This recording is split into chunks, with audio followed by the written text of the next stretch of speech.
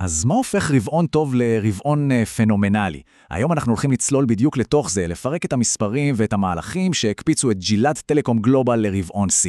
יאללה, בוא נתחיל. ובוא ניגש ישר לתכלס, לשורה התחתונה. המספר שמספר את כל הסיפור הוא זה.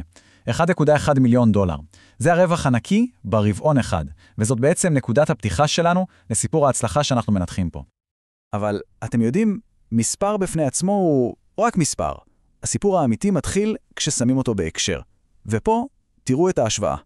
זאת הקפיצה המטורפת לעומת אותה תקופה בשנה שעברה. זה לא סתם צמיחה, זאת פשוט המרה. וזה מה שמראה לנו שיש פה מסלול התפתחות באמת יוצא דופן. אוקיי, רגע, עצירה קטנה.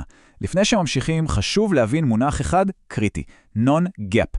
עכשיו, מה זה אומר בעצם? תחשבו על זה כמו להסתכל על ביצועי הליבה של העסק, כן? אחרי שמנקים כל מיני רעשים חשבונאיים שלא קשורים לתזרים המזומנים.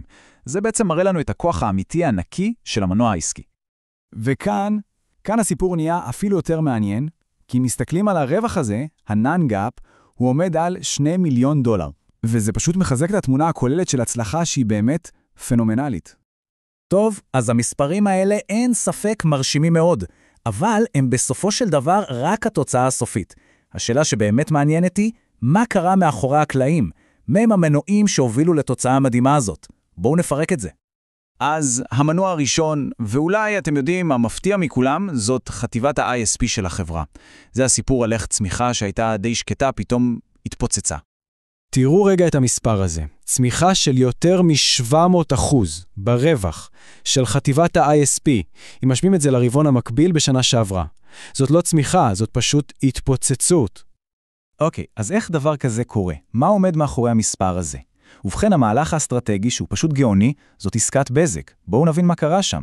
החברה קנתה 18,000 קווי סיבים, עם אופציה לעוד 10,000. אבל הקטע המדהים הוא שהם התחילו להפעיל את הקווים האלה בקצב מסחרר, שנה שלמה לפני מה שהיה מתוכנן. וזה מה שפתח את הדלת לגיוס של אלפי לקוחות חדשים בזמן C.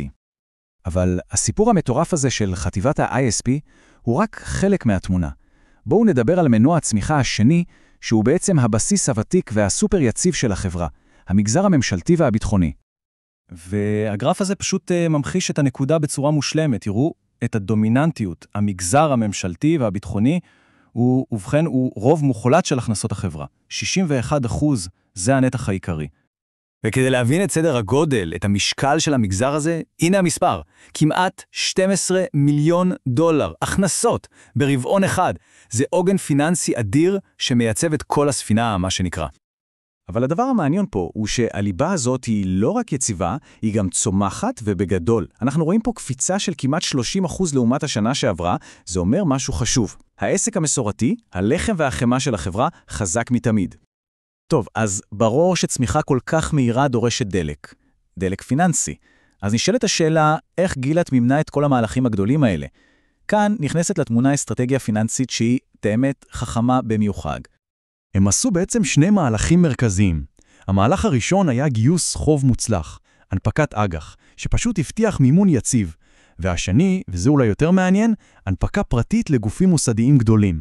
והמטרה פה הייתה לא רק לגייס עוד הון, אלא לשלוח מסר מאוד ברור לשוק. וזה בדיוק העניין, זה לא רק הכסף. הציטוט הזה, הבעת אמון חזקה, מסכם את כל הסיפור. כי כשהמשקיעים הכי גדולים והכי מתוחכמים בשוק, המוסדיים, שמים את הכסף שלהם בחברה, זה איתות סופר חזק. זה אומר שהם מאמינים בעתיד שלה ובגדול. אוקיי, אז בואו נסכם רגע איפה אנחנו. יש לנו תוצאות C, יש מנועי צמיחה שרצים קדימה במלוא הכוח, ויש בסיס פיננסי יציב. השאלה היא, מה הלאה? מה כל זה אומר לגבי העתיד של החברה? ובכן, התשובה מתחילה ממש כאן. המספר הזה הוא קריטי, זהו צוואר הזמנות חתום, כלומר עסקאות סגורות, בסך של 61.5 מיליון דולר שנפרסות עד שנות 2028. מה זה אומר בפועל? זה אומר שהחברה הבטיחה לעצמה הכנסות יציבות ומשמעותיות לשנים הבאות. זה נותן לה שקט תעשייתי ובסיס מדהים להמשך הצמיחה. ועכשיו, בנוסף לכל מה שקורה בתוך החברה, יש פה גורם חיצוני שיכול לשנות את התמונה לחלוטין. לתת רוח גבית אדירה לעסק. אנחנו מדברים על שינוי רגולטורי אפשרי שנמצא ממש על הפרק במשרד התקשורת. והנה, זה לב הסיפור.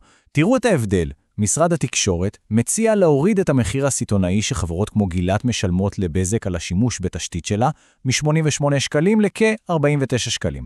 עכשיו תחשבו מה ירידה דרמטית כזאת בעלויות תעשה לחטיבת ה-ISP, זאת שכבר ראינו שהיא מתפוצצת קדימה. זה יהפוך אותה לתחרותית הרבה יותר ורווחית הרבה יותר, זה פשוט משנה את כללי המשחק. אז אם אנחנו מסכמים את כל שראינו, התמונה די ברורה. יש כאן חברה עם צבר הזמנות מפלצתי, שני מנועי צמיחה מאוד ברורים וחזקים, וגם פוטנציאל לרוח גבית רגולטורית שיכולה להיות משמעותית מאוד. אז השאלה הגדולה שבאמת נשארת פתוחה היא, לאן כל המומנטום הזה יכול לקחת את החברה מכאן? אילו שיאים חדשים עוד נכונון לה?